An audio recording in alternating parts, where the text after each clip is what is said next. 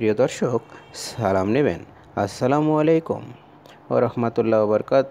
প্রিয় দর্শক শ্রোতাবৃন্দগণ, প্রিয় প্রিয় ভাই বোনেরা, আপনাদেরকে আজকে নিয়ে যাব ধনবাড়ি জমিদার বাড়ি। আজকে আমরা যাব ভ্রমণ করার জন্য ধনবাড়ি জমিদার বাড়ি, যেটি টাঙ্গাইলে অবস্থিত। ঢাকার পাশের জেলা টাঙ্গাইলে নিকট, ঢাকার পাশে হওয়ায় আপনি একদিনের ট্যুর ঘুরে আসতে পারেন।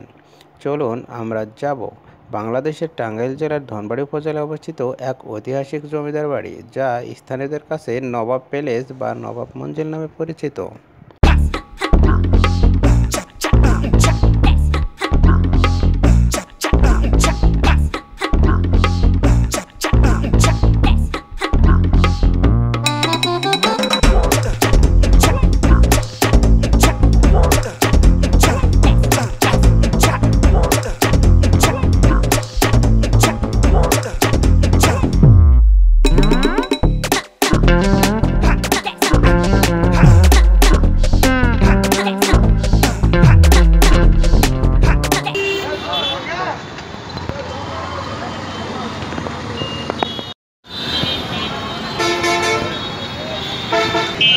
সম্মানিত ভ্রমণপ্রিয় ভাই বোনেরা, আপনারা দেখতে পাচ্ছেন এই মুহূর্তে আমি চাঁদের উপরে চলে এসেছি মধুপুর, টাঙ্গাইল মধুপুরে চলে এসেছি। টাঙ্গাইল মধুপুরের যে আনারসের জন্য বিখ্যাত। আপনারা দেখতে পাচ্ছেন আনারস চত্বরটি, পাকা কাঁচা সব ধরনের আনারস রয়েছে। আর হাতের বামে দিয়ে আপনারা যেতে পারবেন। এই মুহূর্তে আপনারা দেখতে পাচ্ছেন ধনবাড়ি নবাববাড়ি মাত্র 12 কিলোমিটার, আর জামালপুর 41 কিলোমিটার হাতের বাম সাইডে। শেরপুরে যদি যেতে চান তাহলে 56 কিলোমিটার। চলুন আমরা যাব, আজ ঘুরে ফিরে দেখতে থাকি, সঙ্গে থাকবেন।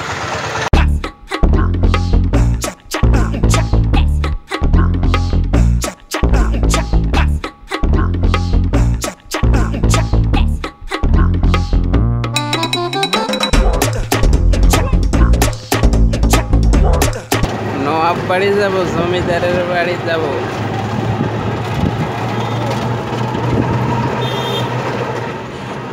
আমার যে এত সাহস নাই, আমি ভীরু, সাহস নেই, আমার সাহস কম।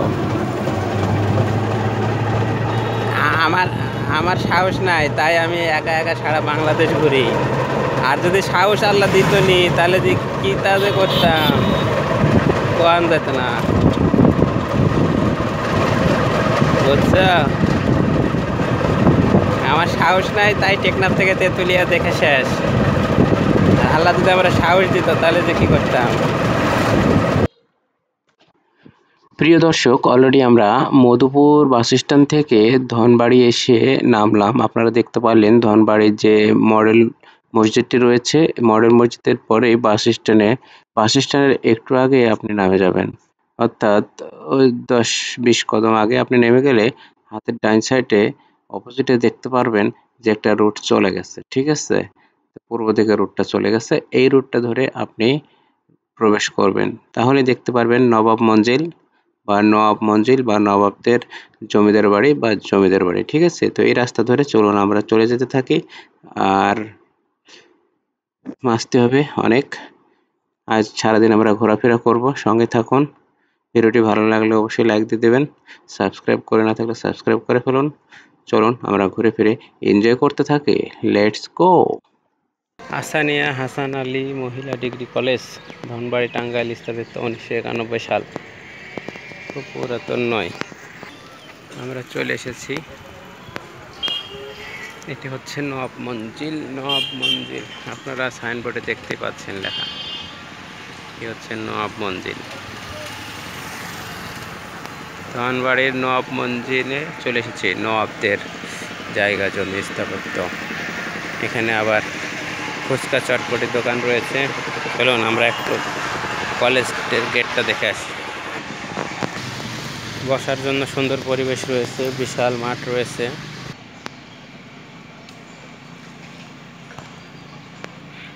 সম্মানিত ভ্রমণপ্রিয় ভাই বোনেরা, আপনারা দেখতে পাচ্ছেন যে এটা হচ্ছে সরকারি ধনবাড়ি নবাব ইনস্টিটিউশন। ধনবাড়ি টাঙ্গাইল, প্রতিষ্ঠাতা নবাব বাহাদুর সৈয়দ নওয়াব আলী চৌধুরী সিআইই, অভিজ্ঞ বাংলার প্রথম মুসলিম ও কৃষিমন্ত্রী। খুব ভালো, আলহামদুলিল্লাহ। স্থাপিত 1910 সাল। কৃতি ছাত্র ডক্টর মোহাম্মদ আব্দুর রাজ্জাক এমপি, মাননীয় মন্ত্রী কৃষি মন্ত্রণালয় ও সাবেক খাদ্যমন্ত্রী, গণপ্রজাতন্ত্রী বাংলাদেশ সরকার। খুব সুন্দর।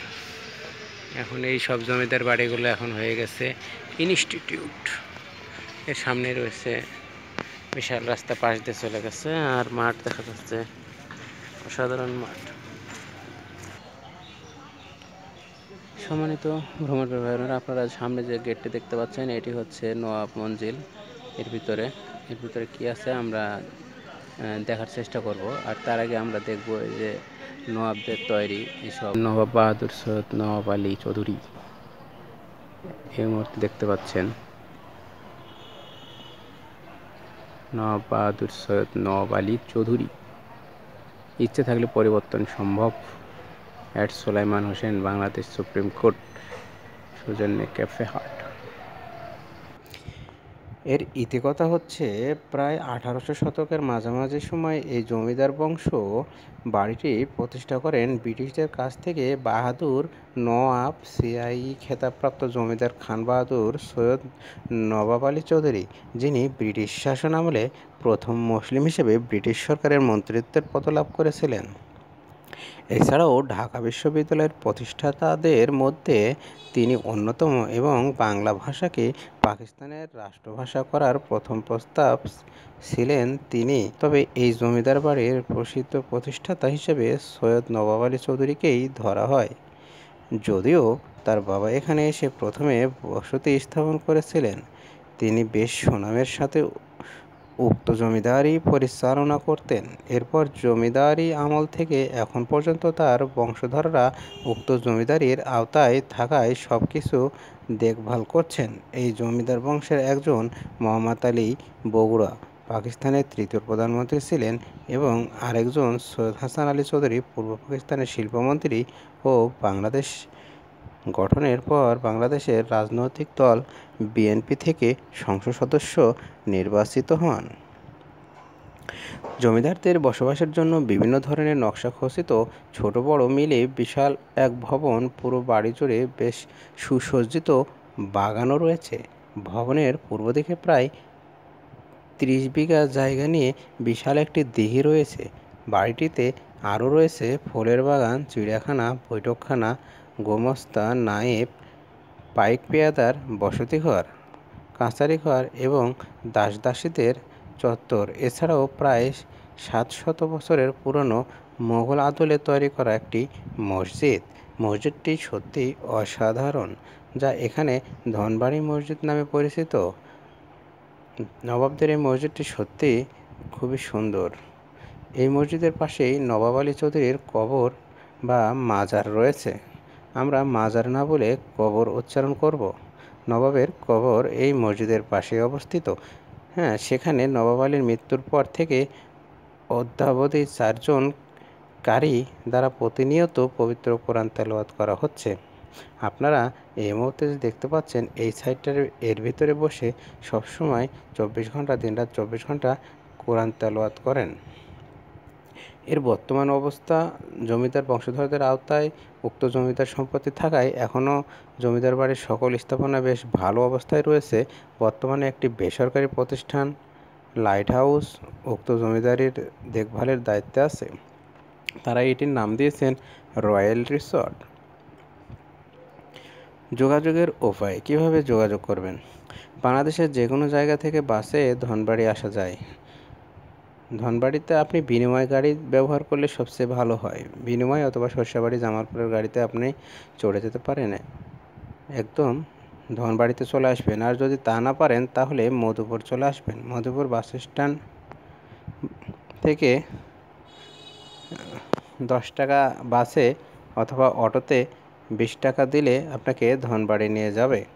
ধনবাড়ি বাস স্টপ থেকে মাত্র 2 মিনিট হাতের ডানে হাঁটলেই আপনি জমিদার বাড়িতে পৌঁছে যাবেন। তো চলুন, আর কথা বাড়ানোর দরকার নেই। এতক্ষণ চাঁদের পোড়াতে আপনাদের থাকার জন্য অসংখ্য অসংখ্য ধন্যবাদ। আমরা পুরো বিষয়টি ঘুরে ফিরে দেখতে থাকি। সত্যি অসাধারণ লেগেছে আমার কাছে। আমি একজন ভ্রমণ পিপাসু মানুষ।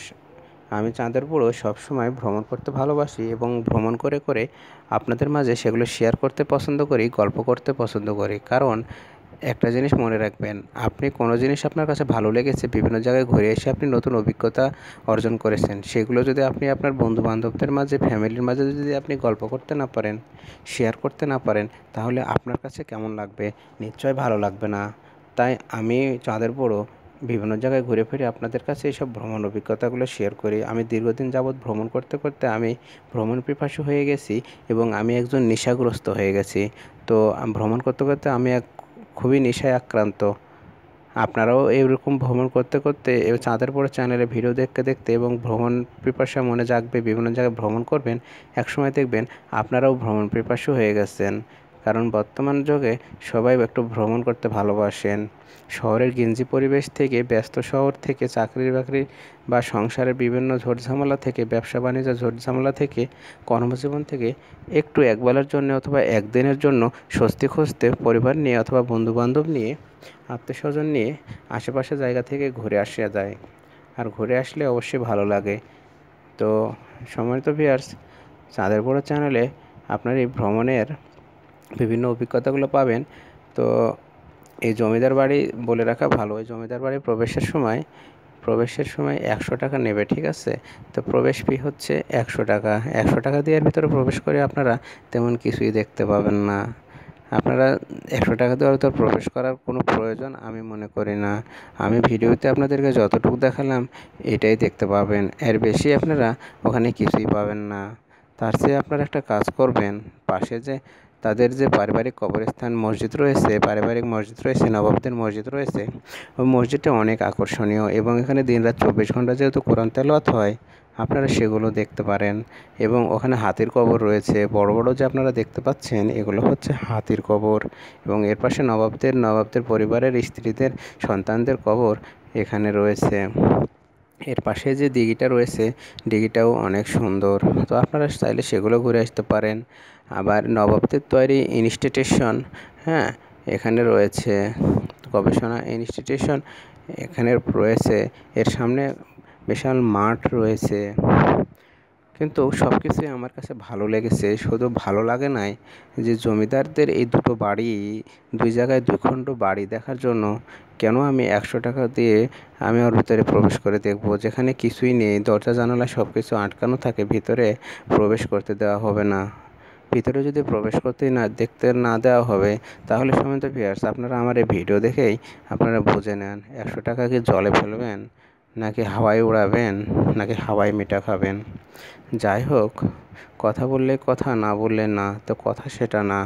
বুঝলে বোঝপাতা, না বুঝলে তেজপাতা। সবাই ভালো থাকবেন। আজকের মতো খোদা হাফেজ। সম্মানিত ভিউয়ার্স, কিছু মনে করবেন না। এই টাঙ্গাইলের ধনবাড়িতে নবাব বাড়ি, জমিদার বাড়ি, এখানে ধনবাড়িতে মানে বিখ্যাত হচ্ছে এই যে মেন্দা, ঠিক আছে? মেন্দা গরুর গোস্ত দিয়ে রান্না করা হয়, চালের আটা দিয়ে, আর গরুর গোস্ত দিয়ে রান্না করে। এই তরকারির নাম হচ্ছে মেন্দা। তো এটা জীবনে খাই নাই, এটা নাম শুনেছি। আমাদের এলাকায় এসব হয় না, এটা টাঙ্গাইলেই হয়।